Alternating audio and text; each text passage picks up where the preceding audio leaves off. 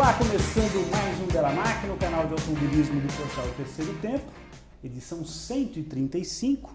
Esse meu convidado a gente se encontra pelos autódromos, nos eventos ligados ao automobilismo, e uma hora finalmente chegou a gente ter esse encontro. Beto Monteiro, muito obrigado pela presença, prazer em te receber aqui. Pô, obrigado a vocês aí por me convidar a estar aqui. É, legal. Bom, o Beto, a gente vai falar, é claro, como é a primeira vez, ele é marinheiro de primeira viagem aqui no Bela Máquina, a gente, quando o piloto vê pela primeira vez, a gente sempre puxa um pouquinho da história, saber um pouquinho da carreira e tal. Depois que ele ficar veterano aqui, a gente não vai mais fazer, mas hoje vamos fazer. Mas eu, antes de falar um pouquinho da tua carreira, Beto, que eu sei que é longa e de uma trajetória muito bacana e muito boa no automobilismo, eu quero começar por esse momento. Nós estamos gravando o programa, pessoal, 3 dias depois da etapa de abertura da Copa Truck, que é onde o Beto Monteiro corre, e que foi lá em Goiânia, e rodada dupla, lá em Goiânia, belíssimo circuito de Goiânia, rodada dupla, e esse moço venceu a primeira bateria, a primeira corrida, e aí o piloto pensa assim, bom, na segunda se eu chegar no pódio tá bom, mas ele ganhou a corrida também 2, não é isso, Beto? Foi isso aí. Faz um resumo, como é que foi esse começo com o super pé direito, né, em 2019?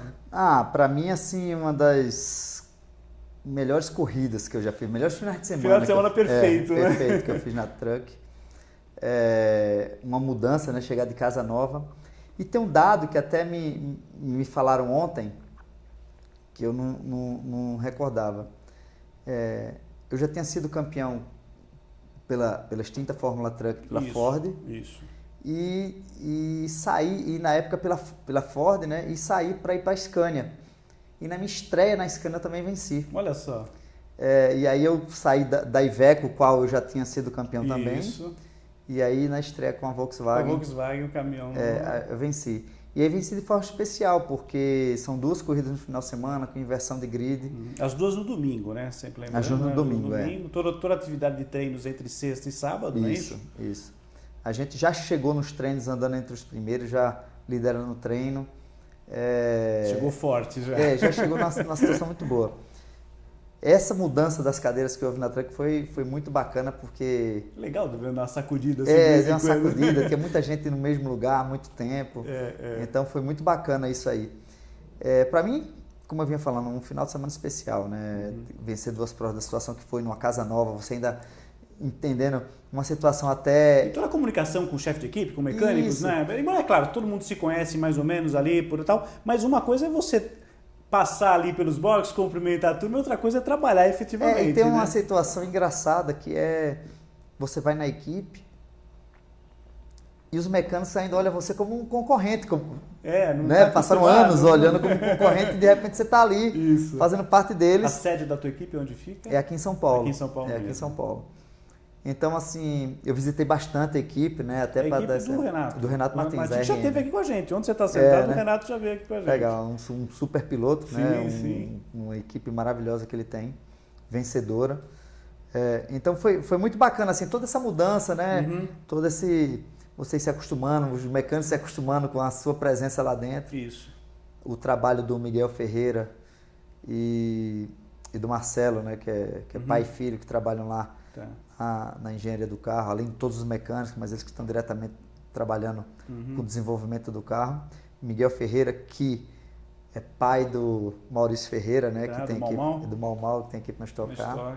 Mau, que também já foi onde você está, olha, os nomes que você cita, a gente já vai matando aqui, todo mundo já veio, graças a Deus. O Miguel, que coincidentemente fez meu pai ganhar corrida e campeonato na década de 80, e agora está comigo. Aí eu tô... Assim, tudo convergiu para tudo dar certo e eu fiquei muito feliz. E você fez um treino, você na primeira corrida, porque o grid que se forma, a classificação, né, que forma o grid é para a primeira bateria, não é isso, Beto? Isso. Você largou em quarto, né, na primeira. E aí, como é que foi o começo da prova? Fala um pouquinho do começo da primeira primeira classificação, a gente não conseguiu... Houve uma mudança de composto de pneu, de fabricante, a Bridgestone entrou conosco agora. Não deu para lixar todos os pneus? A gente teve o pneu lixado na frente, o pneu de chuva atrás. Isso a gente não conseguiu encontrar para a classificação um acerto ideal. Né?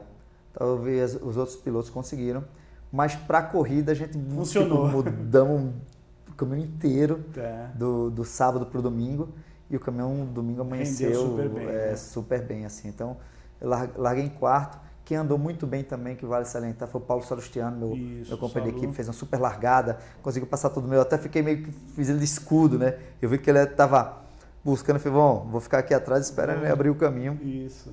Uma pena ele ter tido um problema. É verdade. Mas é difícil, assim, parece que foi fácil vencer 2 provas, mas não. Não, imagina. Você vê o Felipe Giafone, o Cirino, o André Marques, o Leandro Totti, que ficou comigo na cola também até terminar a corrida. O ritmo de prova estava bem forte, né? Bem forte. Então, assim, não teve 1 hora de sossego. Eu tive que andar em ritmo de classificação o tempo inteiro. Mas é legal, né? Eu acho que é o bacana de você ter uma categoria equilibrada, né? É que um vai puxando o outro. Eu costumo dizer, né? É importante você ter companheiros de equipe forte que te carreguem, né? Que te ajudem a levantar. É sempre legal, porque é o que motiva, o que dá ímpeto ao piloto. Exatamente. Né? E aí, na corrida 2, pega assim, fantástico. E aí você parte de 8º, né? Porque pela inversão do grid, né? Na inversão do grid, eu parti de 8º. E aí já uma corrida que muito toque, né? Muita disputa, eu consegui me aproveitar dessas disputas aí, fazer as ultrapassagens que precisava.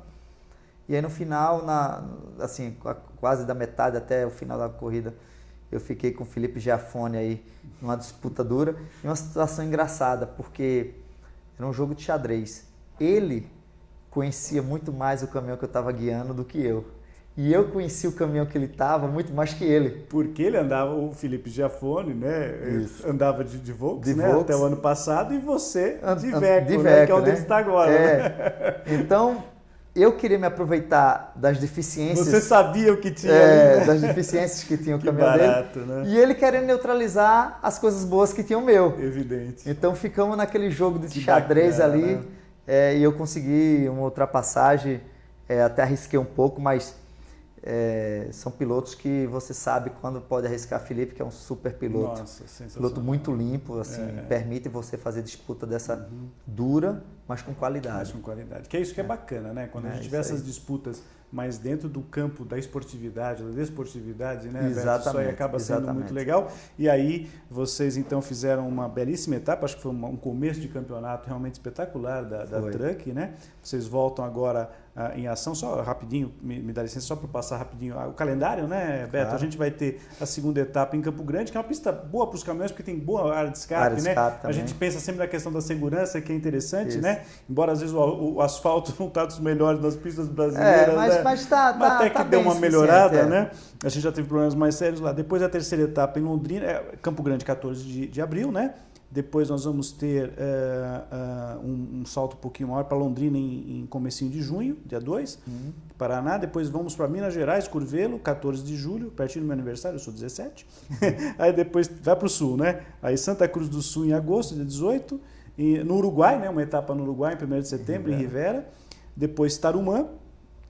Fanáticos por corridas lá, né, Beto? Lá é espetacular. Curitiba, 27 de outubro. E fecha em São Paulo. Quer dizer, as 3 últimas etapas ainda está com asterisco, ainda não se tem certeza de definição.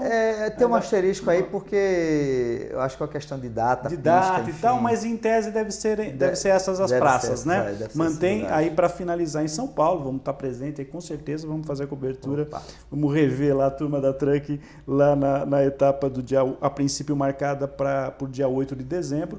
E aí tem essa coisa das Copas, né? Que vocês têm, né? Essa primeira etapa... a Copa Centro-Oeste, né? Que agora é Goiânia, né? E Campo Grande. Goiânia e Campo Grande, que é essa primeira, né? Porque aí se fecha, você tem o campeão por Copas, né? Que foi uma inovação, né? Uma ideia do Col, muito bacana, assim, muito feliz Carlos dele. Col, né? Que é o dirigente aí que está na Vicar, né? Que fez com que a gente surgisse no começo da Copa Truck, como a gente não poderia ser campeonato brasileiro também, porque a Fórmula Truck também estava correndo no mesmo ano.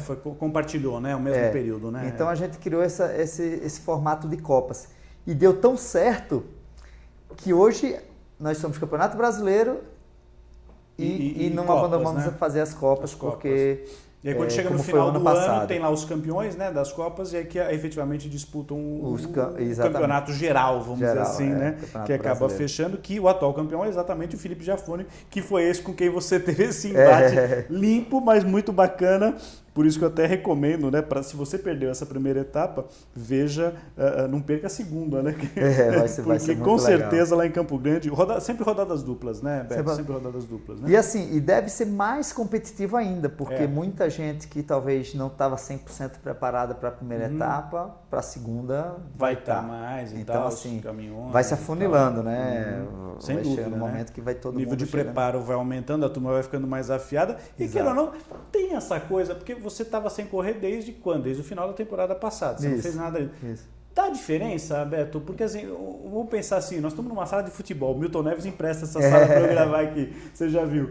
Mas o futebol, se o atleta fica um tempo sem jogar, até voltar o ritmo de jogo, para o piloto também tem isso, Beto? Tem.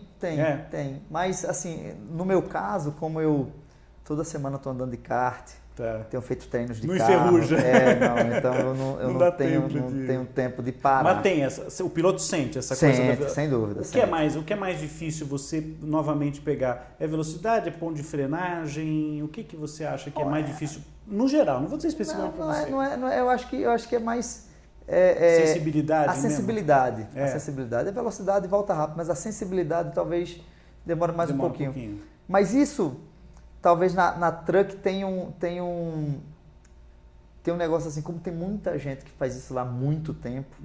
Já está acostumado. Né? Então, talvez não seja tão difícil esse tempo parado. Entendi. Bom, agora vamos a um retrospecto. Você quer conhecer um pouquinho mais da vida, esta é sua vida, do Beto Monteiro? Beto, como é que começa a tua paixão? Teu pai estava ligado meu avô estava ligado. Teu avô, enfim. Faz um retrospecto, um resuminho, rapidinho, pro pessoal que está acompanhando o Bela Máquina hoje. Como é que o bichinho do automobilismo te picou aí? Na verdade, eu acho que ele não me picou. Eu já acho que já nasci com ele. Eu já nasci envenenado. Foi mais importante ainda, né? Eu acho que já nasci envenenado, porque meu avô corria, eu não conhecia ele, português. Por parte do seu pai? Por parte do meu pai. Então ele corria na Europa e corria aqui no Brasil. Tá. Em Recife. Que tipo de veículo? De carro. Carro normal. Carro normal.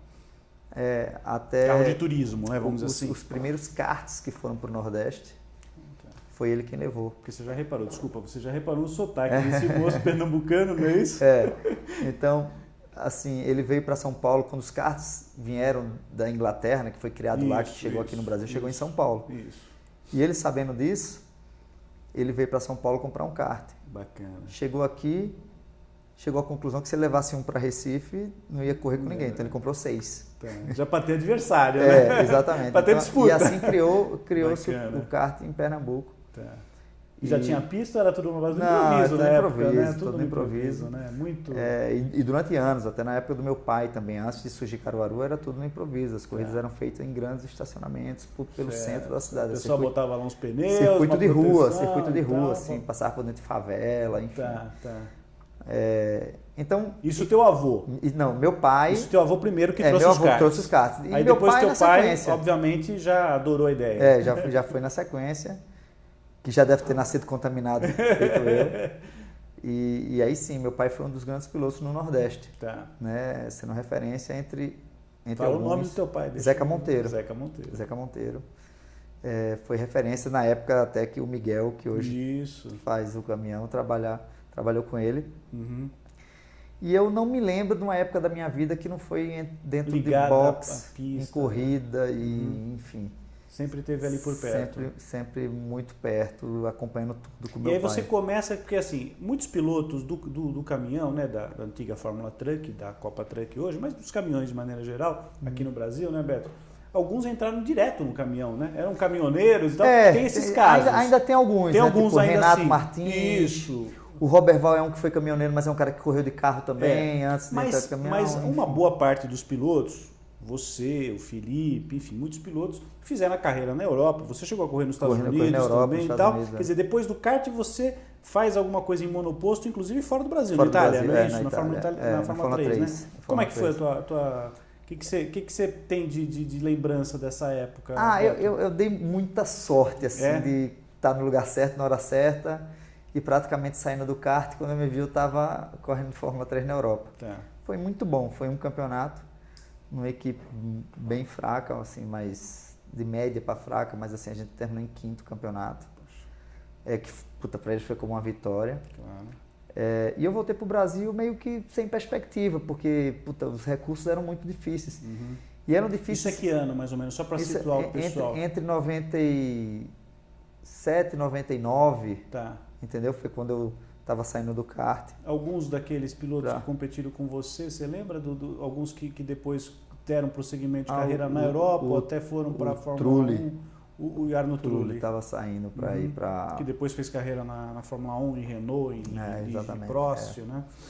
E, assim, quando eu voltei para o Brasil, meio que sem saber o que fazer... Caminho que eu sigo. O Aurélio, né? Aurélio toda Batista, vez, o Aurélio Batista, que o criador da Fórmula Truck sempre ia para a etapa de Caruaru, que o primeiro ano foi em 97. Ele sempre usava o escritório do meu pai, toda a estrutura lá para ajudar a desenvolver, assim, a ter a categoria, né? Fomentar lá, né? na região. Né? Então tem um relacionamento muito grande. Então, um determinado ano, ele fez, cara, preciso que você faça uma prova de caminhão. E ele me convidou para fazer uma. Entendi. E foi muito bom. E daí eu acabei... Foi a tua primeira experiência? Foi minha primeira experiência. E foi na época com qual equipamento? Com um Scania, que ele ligou para mim uma semana só, tô levando o caminhão para você correr. Assim, não foi expressivo o resultado, não. Exatamente, chegou de última hora, nem classifiquei, larguei lá de trás, mas foi só uma participação. Tá. E aí na sequência, um amigo meu se acidentou, disse, faz essa corrida no meu lugar. Eu fiz a última do ano, foi muito bem. Foi onde essa outra? Foi em Curitiba. Curitiba. Na sequência, o Fogaça, tinha equipe oficial Ford, estava montando o segundo caminhão e precisava de um piloto para ser oficial Ford, foi quando ele me convidou. Tá, e aí você tem uma trajetória. E aí eu tenho um campeonato inteirinho, né? Para você poder não só se desenvolver e até aprender as pistas, né? Porque exatamente, você não tinha muito, né? Não tinha. Porque depois do kart você já vai meio que direto para a Europa, né? Exatamente. Eu assim, sempre corri de carro junto, desde moleque eu sempre corri de carro lá no Nordeste com meu pai. Mas as pistas do Brasil de maneira geral, não conhecia. Chegar em Curitiba, mesmo Interlagos, Goiânia, não conhecia. As do Sul, E ao contrário, hoje eu já corri em quase todas elas de carro, porém eu conheci elas primeiro de caminhão. Olha só. Né? E aí, nesse primeiro ano que eu já entrei com Fogaça, eu já ganhei com algumas corridas e enfim. Já estava ali, o teu nome já começa a surgir no cenário, né? Exatamente. Roberto? E você conquista 2 títulos, é isso? Da Truck na época? Você tem o primeiro em 2004, é isso? O primeiro em 2004 com Ford e depois o outro segundo brasileiro foi em 2013, já com Iveco, né? Foi brasileiro e sul-americano também. Que foi conjunto, né? Brasileiro e sul-americano, que é a categoria. E Estados Unidos? O que você fez lá nos Estados Unidos, Beto? Lá nos Estados Unidos eu tenho feito, né? Porque ainda não... feito ainda? Já em alguns anos eu tenho feito algumas provas de longa duração lá. Isso, no Endurance, né? Mas você fez NASCAR, né? O primeiro. Sim, antes, é verdade. Eu tive entre 2010 e 2015, eu fiz várias corridas na NASCAR. Não consegui fazer nenhum campeonato completo, porque... Numa das divisões da NASCAR, né? Numa das divisões de acesso. Isso. Para quem acompanha a NASCAR, tecnicamente é o mesmo carro da picape, só com o carro, o formato do carro. Que é o Nelsinho, acho que correu. Isso, Nelson correu, o Paludo correu. O Miguel Paludo. Exatamente. Então, uma turma grande. O Paludo correu nessa época que eu andei lá também. Você estava junto nesse período, né? Estava junto. E outra dinâmica totalmente diferente de corrida, né? Ovais, né? Só ovais. Não coincidiu as datas que tinha corrida de misto. Que eu pudesse ir, né? Conflitou com a Truck aqui, então... Entendi. E que era o que eu queria fazer. Pegar, eu queria né? muito.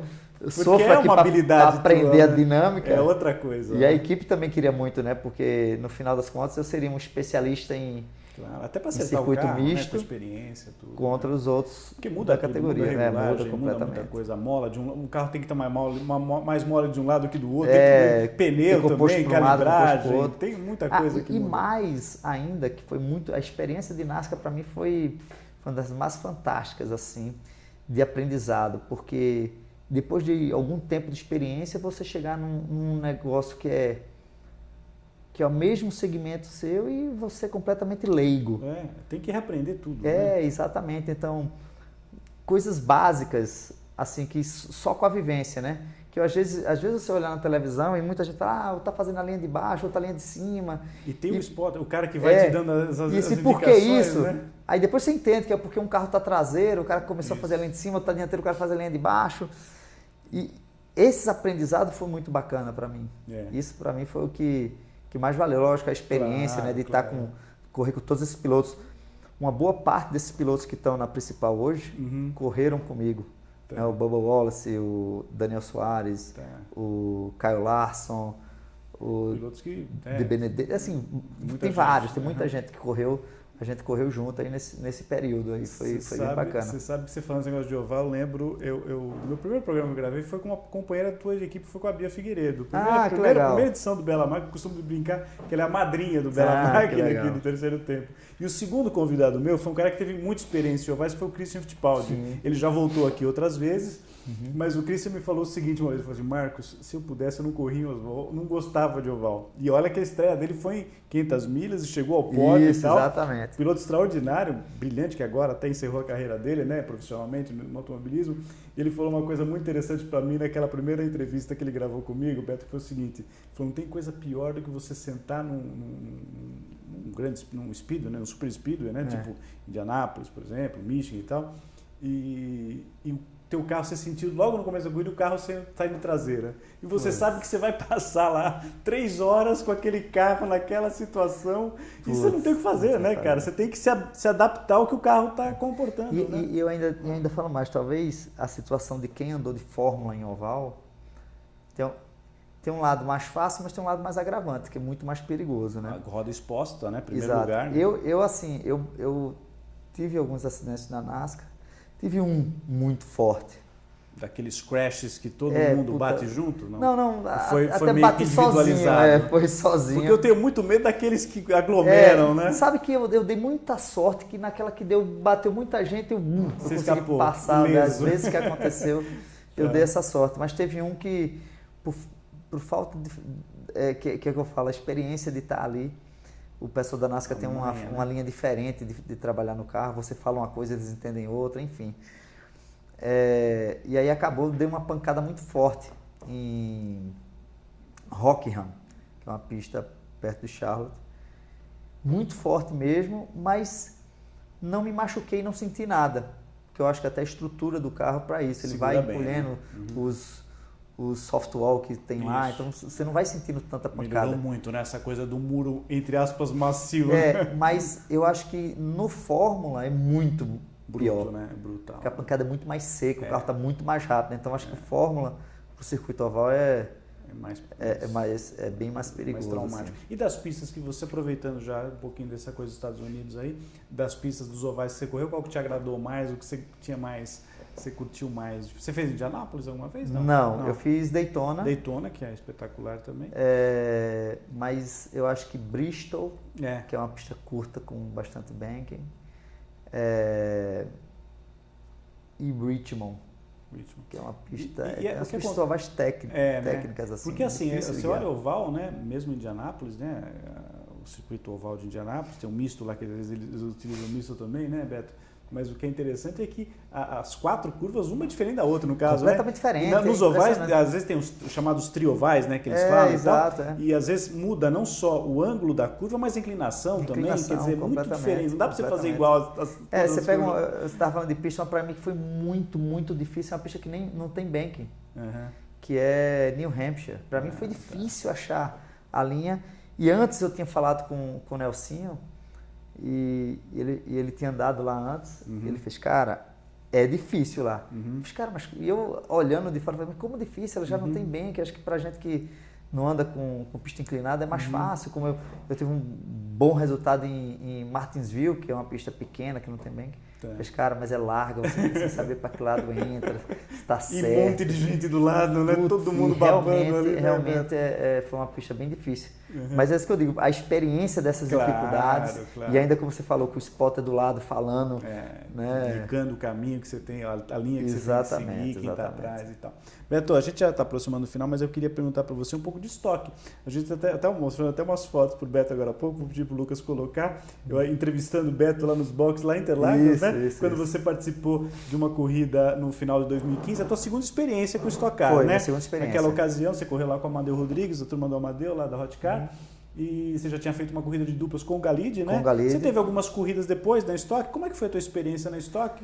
Na Stock, a minha primeira participação na Stock foi essa em 2015, com o Galide na corrida de duplas em Goiânia. Isso. Puta, sensacional, assim, chegamos logo já nos treinos. Vocês terminaram a corrida, né? Terminamos a corrida, 11º, Mas o problema é que teve um vazamento de óleo na classificação na hora que eu sentei no carro. E a gente vinha muito bem nos treinos, eu e o Galide. A gente teria carro ali para classificar entre os 3 primeiros. Que legal. E aí um vazamento de óleo colocou a gente um pouco mais atrás. E aí largamos em 11º e o Galide na largada ainda se enroscou, caiu lá para trás. E enfim, a gente terminou em 11º. Que para um resultado de estreia foi muito bom. Que foi muito bom, puta, um resultado de recuperação. Claro. Eu recebi o carro acho que em 18º, 19º. Deu para ganhar alguma coisa. Exatamente. Né? E foi sensacional. E aí, na sequência, tinha uma saída do Fábio Fogaça da equipe. Isso. E o Amadeu me chamou para fazer essa etapa final. Que foi aquela corrida de pontuação dobrada que decidiu o título naquele ano para o meu xará, o Marquinhos Gomes. Isso, né? exatamente. Foi outra experiência fantástica. Se não fosse o acidente na primeira volta. Não, você teve um azar logo no comecinho, né? Um acidente lá que acabei caindo no meio. Mas o legal hoje que são duas categorias, tanto a Truck como você está hoje, a Stock, estão bem estruturadas no Brasil. Quer dizer, são, vamos dizer assim, os oásis, né, dentro do automobilismo. O que está faltando é um monoposto aí, né? A Fórmula 3 que tenta e sempre tentando e tal, mas é difícil, a garotada está praticamente saindo do kart e indo direto para fora, né? Então, eu acho que está de fato faltando não é nem uma Fórmula 3. Eu acho que é uma que pega ali, né? Como o Felipe Massa tentou, né? Aquela Fórmula Futuro. A Fórmula Futuro, que agora o Tato que está com aqueles carros tentando fazer aqui no Brasil.